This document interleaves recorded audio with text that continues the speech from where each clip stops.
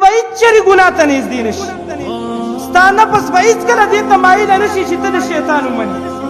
ته به هیڅکله دې ته مجبور نشي چې د خواهشاتو وویلې کېږي دې عمل ته چې په پټه او په ښکاره کې به په زړه کې د الله نه یره ساتي چې ستا په زړه کې د الله سبحانه وتعالی یره پرته وه خوف پروت و د هغه نه یېرېدلې ته به هیڅ چېرې ګناه ته نږدې نشي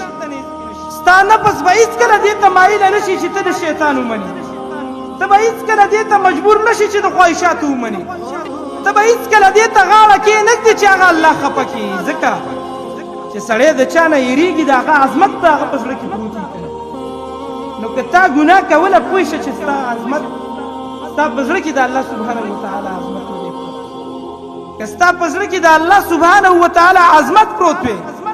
نو ته به بیا متقي وې د هغه نه به یېرېدلې د هغه نه به تقوا ته اختیارولې دا ګناهونه به تقوا ویلې کېږي د الله په اوامرو باندې عمل کول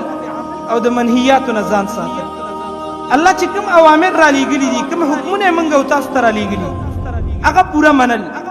الله ویلي مونځ وکئ مونځ کول الله ویلي روژه ونیسئ روژه نیول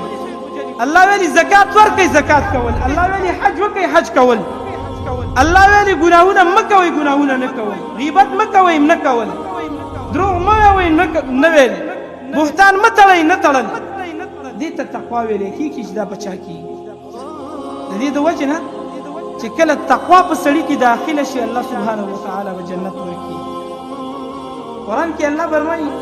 بار بار دا آیاتونه الله سبحانه وتعالی ذکر کړي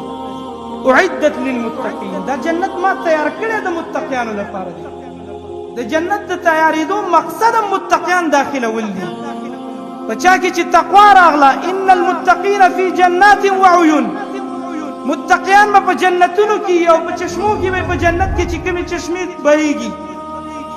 او دغه شانتې الله سبحانه وتعالی فرمایي وسارعوا الی مغفرة او تاسو جلدی وکئ د الله سبحانه وتعالی مغفرت ته چې هغه الله وبخي د هغه مغفرت لپاره جلدی وکئ منډې ووهئ تیزی وکئ په تیښته باندې ورشئ د یو بل نه مخکې شئ الی مغفرة من ربکم هغه مغفرت ته چې ستاسو د رب د طرف نه دی هغه به ستاسو ګناهونه معاف کړي او دغه شانتې وجنة عرضها السماوات او هغه جنت ته چې د هغې کلاووالی د اسمانونو د اندازې برابر دی والارض او د ځمکې د کلاووالي برابر دی دغه جنت الله د چا دپاره تیار کړی د دې آیات په آخره کې الله وایي اعدت للمتقین هغه جنت چې دومره کلاو دی چې د اسمان او د ځمکې په منځ کې چې څومره فاصله ده دومره کلاووالی دی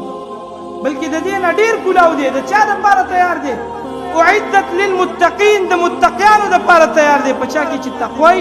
او متقی د هغې دپاره دا جنت الله سبحانه وتعالی تیار کړی